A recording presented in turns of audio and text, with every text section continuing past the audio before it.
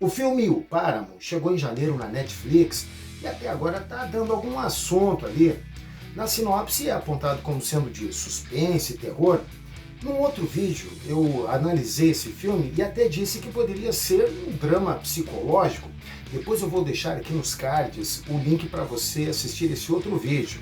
Mas existem alguns aspectos entre Lucia e Salvador, dois dos protagonistas, ainda tem o menino Diego, que deixam algumas dúvidas no que está tratando esse filme, essa história, o que afinal de contas é isso aí. Porque a gente fica na dúvida, é suspense, terror ou drama psicológico? Como eu disse, eu já falei sobre isso num outro vídeo.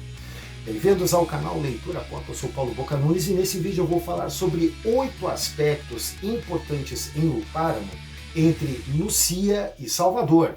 Vambora pro vídeo!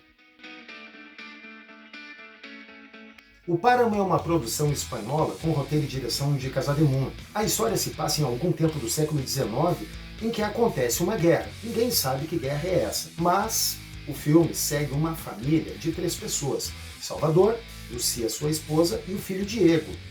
Eles estão refugiados num lugar distante no interior do país, se escondendo, se protegendo, se refugiando dessa guerra que acontece. A história dos dois, de como eles se conheceram, por como eles foram parar ali e por que, não se sabe. Bom, no primeiro ato, algumas coisas acontecem que desencadeiam daí durante toda a trama do filme. São esses aspectos, especificamente entre Lucia e Salvador, que eu vou apontar para vocês agora. O primeiro aspecto diz respeito à relação entre mãe e filho, ou seja, Lucia e Diego.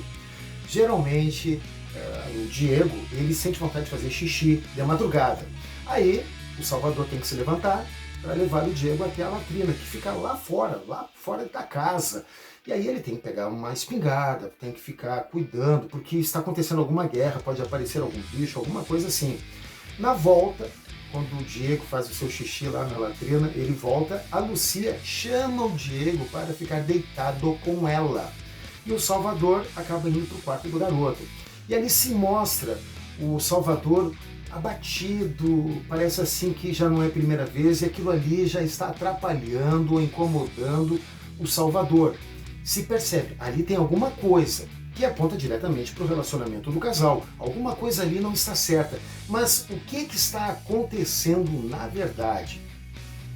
Segundo aspecto, certo dia, Lucia está na frente do espelho se olhando com um vestido vermelho. E o Diego, espiando tudo ali, acaba perguntando para a mãe de onde é que veio aquele vestido. E ela responde: foi seu pai que fez para mim.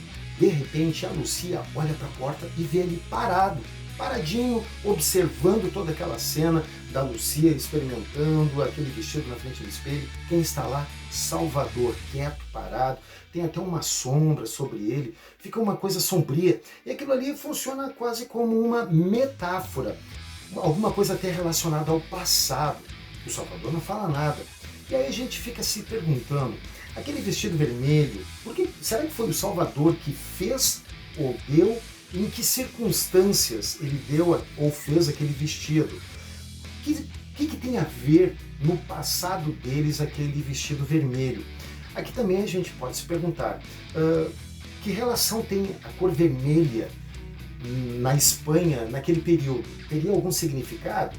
Talvez isso esteja ligado também ao primeiro aspecto que eu apontei para vocês, e eu creio que tem alguma coisa nos outros aspectos sim, vamos observando. O terceiro aspecto a gente observa no dia do aniversário do Diego. De manhã, os 3 na mesa. Salvador numa ponta, a Lucia na outra e o Diego no meio. Aí a Lucia dá um presente para o Diego e depois é o Salvador. Ele dá um rifle onde está escrito o nome do Diego na coronha. E aí tanto a Lucia quanto o Diego ficam assim, assustados. E o Salvador diz que é fácil usar aquilo ali. Ele pega a arma, aponta para a Lucia e diz: é só apontar, mirar e atirar. Mas ele faz isso com uma frieza muito grande e até deixa os outros dois, a Lucia e o Diego, assim, assustados, impressionados com aquilo ali. Essa cena tem um significado muito forte. Não digo que seja uma metáfora, tem um significado. O que é, não sabemos, mas tem alguma coisa ali. O quarto aspecto a gente observa numa noite em que os três estão ali próximos da lareira, fogo aceso, aquela coisa toda, Salvador sentado, olhando fixamente para aquele fogo, enquanto a Lucia conta histórias de terror para o Diego. Ela termina de contar a história e o Diego pede para contar outra. Então, o Salvador começa a falar sobre a história da criatura que anda pelo mundo, se alimenta do medo das pessoas. A Lucia pede para o Salvador não contar. E ele insiste e continua contando. Então a Lucia pega o Diego e puxa ele para si. E aí fica aquela coisa, por que ela fez isso? Ela quer proteger o Diego dessa história ou proteger a si mesma, usando o Diego quase como um escudo simbólico? E é muito esquisito porque ela estava contando histórias de terror para o Diego.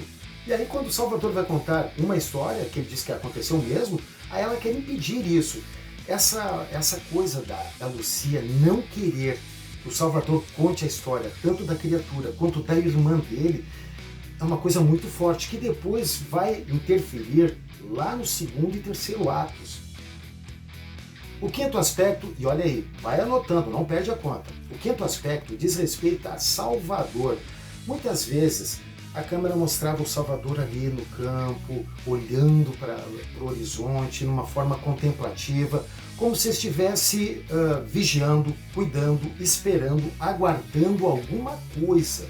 Tudo bem que havia uma guerra no país, mas ele ficar ali tanto tempo parado, olhando para aquele horizonte de forma fixa e contemplativa, era muito esquisito. Se levarmos em conta algumas coisas que nós já falamos até agora, fica esquisito, e ainda mais com o que vem depois, já no sexto, sétimo e oitavos aspectos. Sexto, certa noite, o Salvador estava sentado numa mesa, o Diego se aproxima e o Salvador tira as ataduras que ele tem nas mãos, nas duas mãos. O Diego vê que tem cicatrizes, marcas, feridas ali nas palmas das mãos do Salvador. E o Salvador conta em detalhes a história da criatura maligna e da morte da irmã. Uma coisa que ficou marcante ali é o que o Salvador disse para o Diego, que quem vê a criatura, a besta, está marcado para o resto da sua vida. E isso segue depois do segundo e terceiro atos. Mas ali ficou muito marcado, até porque lá no final do filme nós observamos uma coisa muito interessante no Diego e que tem relação com essas feridas nas mãos e as ataduras. O sétimo aspecto está relacionado à forma como Salvador e a Lucia querem dar uma educação para o Diego. O Salvador, ele é um cara mais bruto, seco, sério, aquele olhar firme, assim, frio. Ele quer ensinar o Diego algumas coisas sobre sobrevivência. Por exemplo, matar um coelho para comer. A Lucia não quer que o Salvador force o garoto a fazer esse tipo de coisa tão cedo. A Lucia quer uma coisa assim mais, vamos dizer assim, mais lúdica com o garoto, tudo.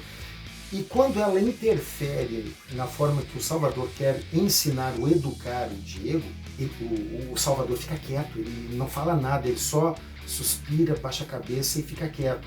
Nesse ponto, nesses momentos, eu ficava me perguntando, observando tudo aquilo que já aconteceu antes, que eu já falei nos aspectos anteriores, eu ficava me perguntando, será que o Diego é filho dos dois?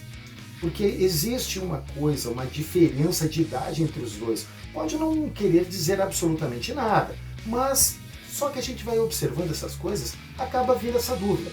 Ele já é de uma certa idade, ali, já uma idade avançada, ela parece ser bem mais nova. Tem a questão do vestido vermelho, tem a forma como ela trata o Diego, como ela se aproxima. Parece às vezes que ela usa o Diego para se proteger de alguma coisa, ou se proteger, ou até se afastar do Salvador. E aí fica essa pergunta, será que o Diego é filho dos dois? Bom, mas isso tem uma outra relação com o último aspecto que eu quero mostrar para vocês. O oitavo e último aspecto, a gente observa quase no final do primeiro ato. Surge um homem ali na propriedade, mas ele acaba morrendo. O Salvador vê na mochila de couro que o homem carrega algumas fotografias, provavelmente da família dele. Então o Salvador decide pegar o morto, enrolar num pano, num tecido, e as suas coisas e levá-lo de volta para a família. E aquilo ali foi uma coisa muito estranha, porque a Lucia tentou de todas as formas impedir o Salvador de fazer aquilo ali. E não adiantou a Lucia insistir, ela até disse: nós vamos esperar por você. E o Salvador dizendo: se eu não voltar dentro de um certo tempo, mas ele deixou nas reticências. Ele botou o morto ali no cavalo, as coisas dele, e foi indo embora, e o Diego atrás, tentando impedir o pai de ir embora. E o Salvador ainda disse para o Diego: cuide da sua mãe. O que fica marcado nisso aí, é que havia uma guerra no país, eles estavam num lugar isolado. Ele queria levar aquele morto, mas nada garantia de que ele voltaria. E deixou a mulher e o filho naquele lugar isolado. Mas esses aspectos que eu observei, eles interferem na história, porque daí, afinal de contas, o que tem na história dos dois que fez com que o Salvador e a Lucia tivessem aquele comportamento entre eles, aquela coisa entre os dois? Por que ele foi embora friamente? E qual seria a decisão dele? Seria também fugir, já que ele estava pressentindo que a criatura estava chegando e ele estava marcado? Como ele disse para o Diego, quem vê a criatura está marcado para sempre. No final, a gente observa uma coisa no Diego que dá aí uma ideia de uma continuidade de um problema relacionado a essa criatura.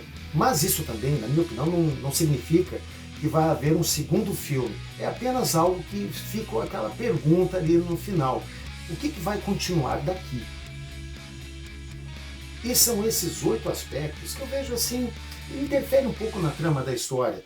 Porque daí, a gente não sabendo muita coisa sobre o passado dos dois, Lucia e Salvador, a gente fica naquela coisa: bom, mas é filme de terror, suspense ou drama psicológico? Eu falei mais um pouco sobre isso, como eu disse no começo do vídeo, que eu fiz um outro vídeo fazendo uma análise sobre esse filme. Eu vou deixar aqui no card, aqui em cima, o link para você assistir essa análise completa de O Páramo. Se você gostou desse vídeo, já deixa o teu like, teu joinha também, se inscreva no canal se você não é inscrito e acione o sininho de notificações para o YouTube te avisar de quando a gente subir com um vídeo novo. Porque agora a gente só se vê no próximo vídeo. Tchau!